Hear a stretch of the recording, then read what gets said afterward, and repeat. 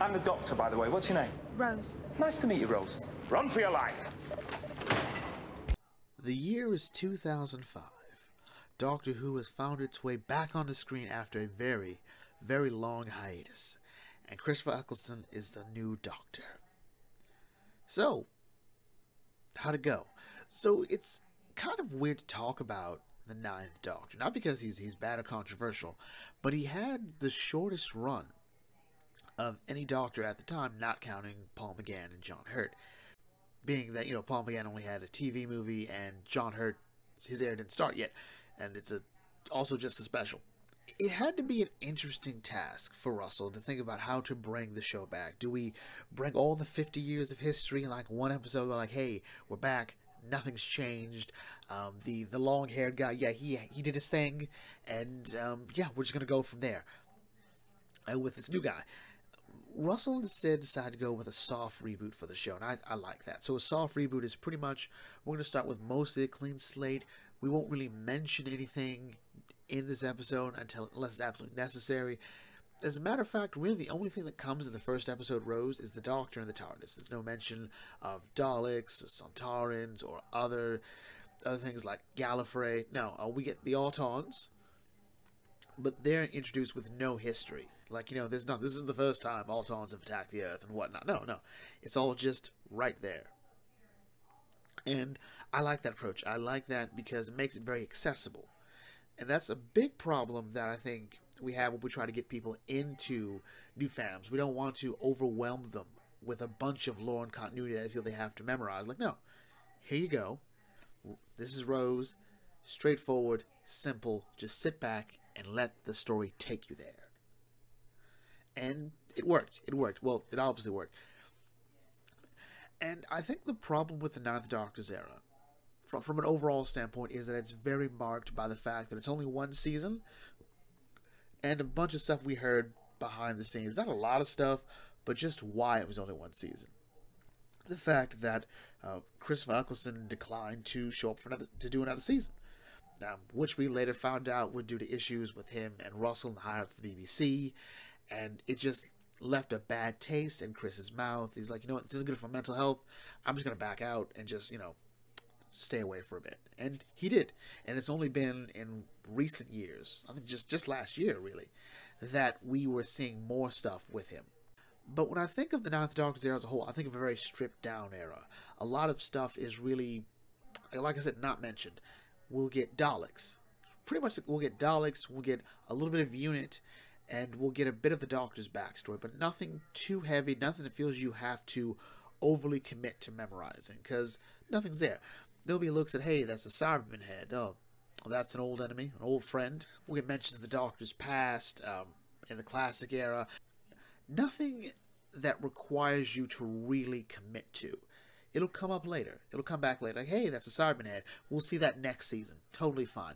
Hey, it's the Doctor mentioning that he was a granddad and a dad. Okay, that comes up in very weird moments. But whatever. Overall, though, Russell holds your hand as he takes you on this great adventure, and the Ninth Doctor's holding your hand, so it's all fine. Actually, more of the Ninth Doctor's pushing you, and Rose is holding your hand. But overall, very safe, very steady. And really the story is the mystery of the Doctor and what he's going through. But we'll put a pin in the Doctor himself, and we'll talk about the era and the characters that really make up his era. So, in terms of side characters, we've only really have three. We've got Jackie, Jack, and Mickey. Alright? So Mickey does not come off well in the Ninth Doctor's era. He sort of breaks ground. He sort of breaks even halfway through. He's really set off as a totally good reason for Rose to want to travel with the Doctor. It's it. He comes off as a very flaky, very unreliable boyfriend. That you sort of feel Rose is dating him because she has to date somebody. It's kind of it. It's really sad.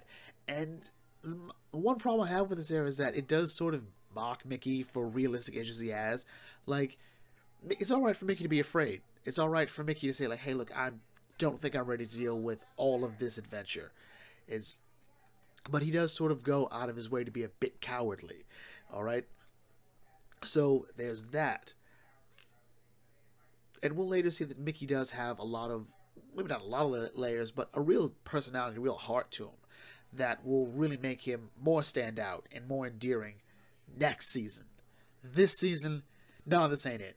Every now and then you feel a bit sad for him, and you sort of feel that Rose is treating him badly, whether intended to or not. It's just sort of there. Captain Jack is omnisexual. That is it. His primary character trait in Doctor Who is that he's always horny. That's it. That is it. But he's brilliantly played. John Barrowman does a great job of selling this character. He's not just eye candy, although he pretty much does sell the point of being eye candy. And he will go on to have an alright career as Captain Jack Harkness in Torchwood. And then that'll go away. And then he'll be in the audios. And then he'll go away because of some weird stuff going on with him that happened with him in No O'Clock. I don't remember. I don't care. Captain Jack is actually one of my least favorite characters. Not because he's a bad character. I just don't care. I just, like, if they'd done more with him, sure. I don't care about Torchwood. I just don't. Finally we have Jackie. Jackie is alright. She can be a bit much, but I do like her character. I do like the fact that, underneath all that sort of abrasive personality and a sort of lusty gal on the street, she really just is a modern blue-collar gal, trying to provide best for her family, best for her daughter. She's a single mom doing the best she can. And I like that. Her priority really at the end of the day is Rose. And I respect her for that. I like her for that. There's some great comedy here and there with her, but she can be a bit much. She plays off the 9th Doctor very well, I think, and the 10th Doctor. I think she would eat the 11th Doctor for lunch. She would just run right over him. Overall, these characters are fun. They're all right. And they do sort of help lend credence to the Doctor Who universe. These side characters help the world feel lived in. This is something really from the 3rd Doctor's era in my mind. That, we have this set place that we can come to, and here's a group of people waiting for us. The difference is that the 9th Doctor, Rose, barely spent any time here. So yeah, there's that. But it does lend sort of a sense of life to it. I think, ideally, possibly, Russell would have had these guys be a TARDIS team. I think that would have been something that in the back of his mind he probably thought about. Like, have all 3 of them with the Doctor, Rose, and the TARDIS. But no, that takes away from it because the real story here is with Rose and the Doctor. So let's come to Rose now.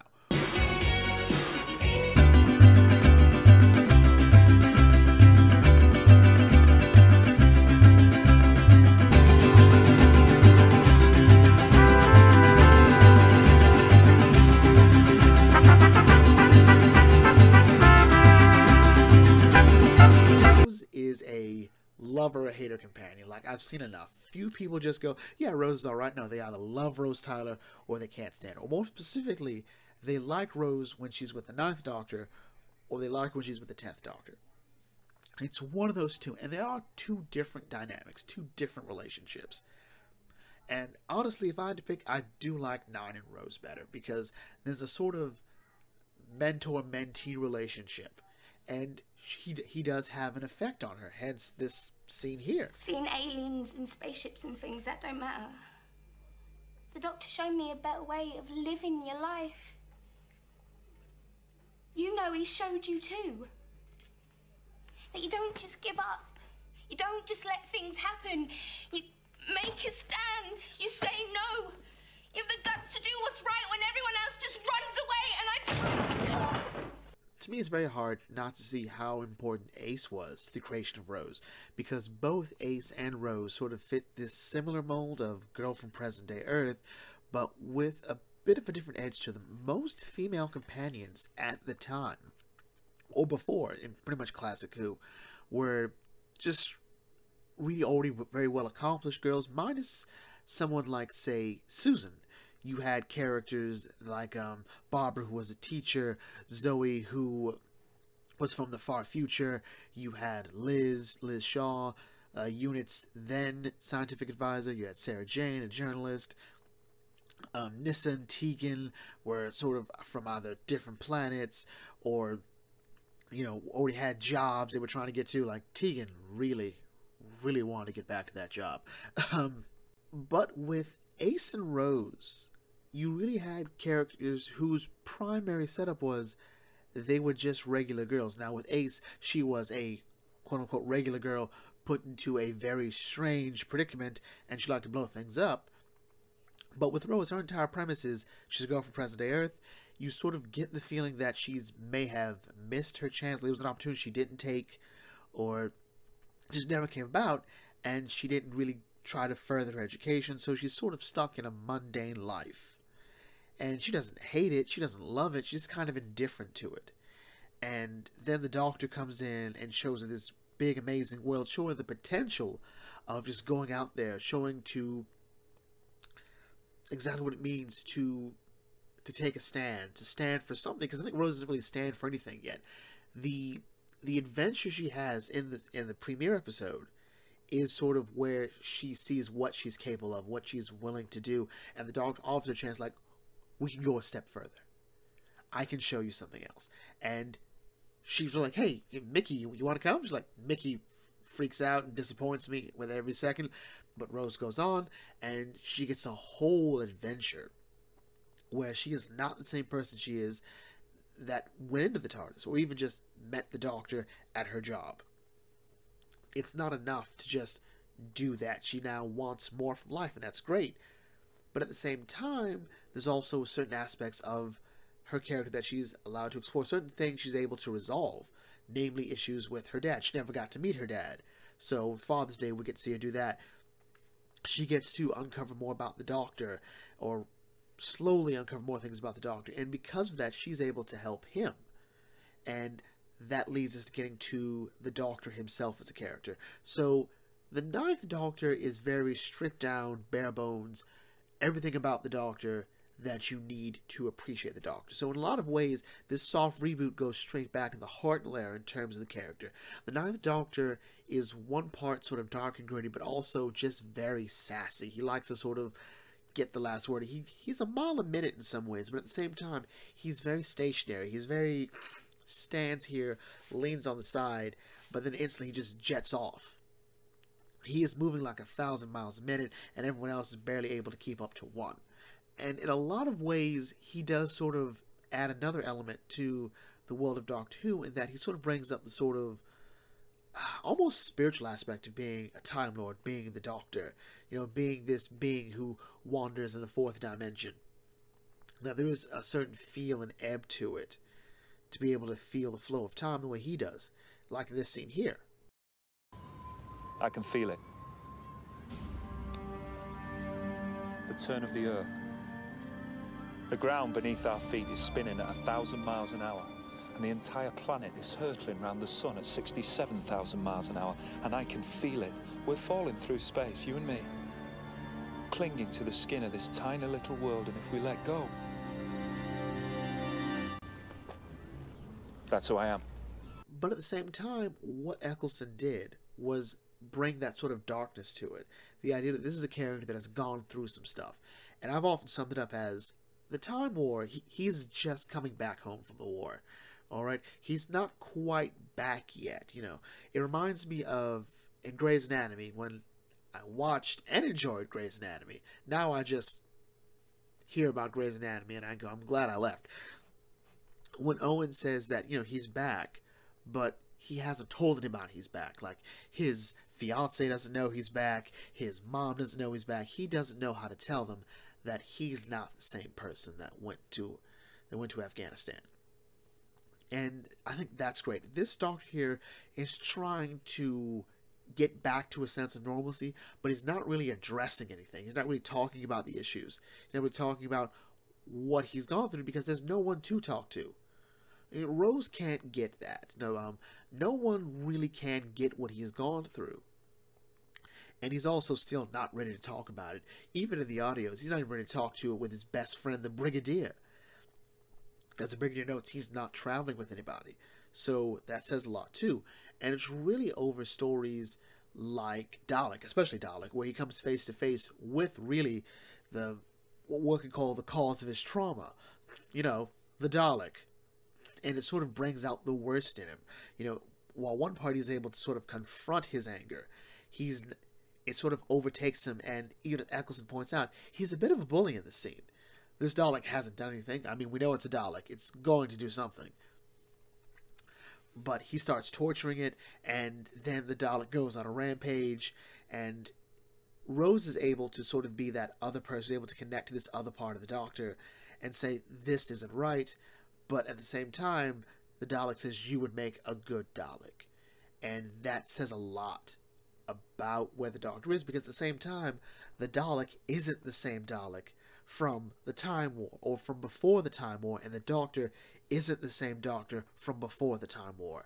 They're both no longer the same person. This comes again in Parting of the Ways, in the finale, when the Doctor meets the Dalek Emperor, who, by the way, is, in terms of Dalek hierarchy, from what I've seen, is the most useless part of Dalek hierarchy, alright? All he does is sit there in a jar and act like he's important, when Davros still exists. If you think about it, the same way that the Daleks hate what they've become, so does the Doctor, but he doesn't really want to admit that. There's a certain confidence to him that is, in one part, overcompensating for his self-loathing. And we'll find that out a lot more in the 11th Doctor's era. But for 9, very much live in the present. Past is too painful. The future's always there. And we're just trying to live life as best we can. But only really through Rose is he able to find someone that he feels comfortable opening up to. Which is sort of where we sort of improved on the position of the companion. For the longest time, the companion was really just someone who tagged along. They were the audience surrogate. They were the Robin to the Doctor's Batman. But in the same way that we've expanded on how Robin's dynamic with Batman helps him, we've now expanded the idea that the companion helps the Doctor in the same way. And that it's great. I think the 9th Doctor was an incarnation that really didn't have a good opinion of his life. But at the end, he said, like, you know what? I was fantastic. It was great. And it's a shame that Eccleston decided not to return for another season. I know he gave his reasons eventually, and those reasons were kind of vague, but you know what? Whatever. He's back, he's doing audios, and there's a hit and miss portion to that too. Overall, the 9th Doctor and his era are very accessible to new viewers, and that's sort of the problem, is that easy accessibility means there's not really a lot to really deconstruct. I mean, there's some political stuff there. Russell plays it fast and loose with politics. Hey, rich people are problems. MPs, members of Parliament, kind of suck. Here's Harriet Jones. That's kind of it. Oh, also, the MP have been replaced with farting aliens, and no one really notices the difference, you know. But there is this sort of very, like I said, easy to access portion of the 9th Doctor. Like, we always talk about what we want to use to get people into Doctor Who. It really is the 9th Doctor's era. Its simplicity is its strength. But overall, that's just sort of my take on it. So let's talk about some of the best of the 9th Doctor's era. So, in terms of episodes, most of it I would say is really good. Rose, End of the World, I think are really great. The Unquiet Dead is kind of niche, but I think it covers a good enough view. I think End of the World is, I think, much better just because it sells the idea of the Time War story. Dalek, of course. I don't really care about Aliens in London and Boomtown just because I hate farting aliens. Look, it's a matter of taste. If you like farting aliens who have some nuance eventually, later, then sure. Also, The Empty Child and The Doctor Dances, I think, are really great stories. It really sells not just the setting, which I think was great, but also just the idea that the Doctor, throughout all this stuff with the Time War, is really just hankering. He really needs to be able to save someone. He needs, for just one moment where everybody lives. And it'd be a great feeling for it, especially after the Time War. Then, of course, we have Parting of the Ways, which is the culmination of the Bad Wolf story, as well as the Doctor coming face-to-face with not just one Dalek, but a whole fleet of Daleks, which I felt was a great idea by Russell. You know, first introducing one Dalek, episode Dalek, just to help us, you know, understand what a Dalek is, who they are in relation to the Doctor, but then bringing the Daleks in, and just in the form of, like, this huge invading force, and sort of in a way that the Doctor created the situation by dismantling Satellite 5's government and then not, you know, actually helping install a new government, was very much what I felt that this Doctor would do, or just any other Doctor after that. Sort of like, hey, we fixed it, now just have them, or didn't so much fix it, we destroyed it, then have everyone fix it. But again, we get a great moment about the Doctor's character. We see Rose really coming into her own here, like everything she's learned and experienced comes to fruition in this scene here. Also, the resolution of the Bad Wolf storyline, which is still not that great a storyline. Just saying. Well, I get it, ultimately, that the Bad Wolf was a message that Rose sent back in time to herself so that she would send a message. So Bad Wolf appears on a bunch of stuff throughout the season. Rose, trying to find a way to get to the Doctor, sees Bad Wolf written, so it's like there's a connection there. So really the Bad Wolf, so she becomes, quote-unquote, the Bad Wolf when she stares at the heart of the TARDIS, and then she spreads the word Bad Wolf to inspire herself to open up the TARDIS and become Bad Wolf. It's weird. It's weird. But whatever. Is it a Destiny trap? Or is it a bootstrap paradox? Well, it's a wibbly wobbly, timey wimey. There we go, that's what it is. Audios, there's some really good audios there. Eccleston's audios only have a problem of the fact that it gives us a lot for a character who seemed very set on being set up as someone who hadn't even seen his face before the episode rose. So it's a bit weird. I'm halfway through the novel Rose, written by Russell T Davies. Really good. Fleshes Mickey out a bit more. The first chapter is really out there. Well, not really out there. Russell loves characters. That's pretty much what that book tells you. Russell loves characters. So yeah, that is it. The Ninth Doctor, good stamp approval. Really great character. Wish we'd got more of him on screen. But now that Russell's back as showrunner, that's probably not going to happen. It's probably not going to happen. Yeah, so just stick to your Big Finish, and that's probably all you'll see of him outside of cons. Stop asking him if he'll show up on the show. As long as Russell's there, he will not show up. Now watch the show, it turns out he's in the 60th. But anyway, with that in mind, let's bring this video to close. If you're new to the Bucket Think Tank, please like, comment, share, subscribe. Other videos, and I'll catch you all later. This is Bucket Think Tank signing off. Next time we'll see you, we'll be going over, we'll see the man, the myth, the legend, the golden age of Doctor Who, as people call it, the David Tennant era. This is Bucket Think Tank signing off. Thanks for watching. As always, may your fandom serve you well.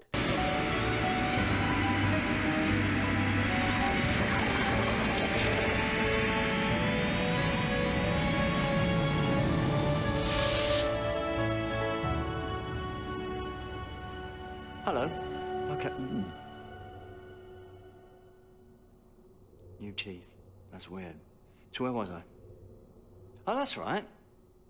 Barcelona.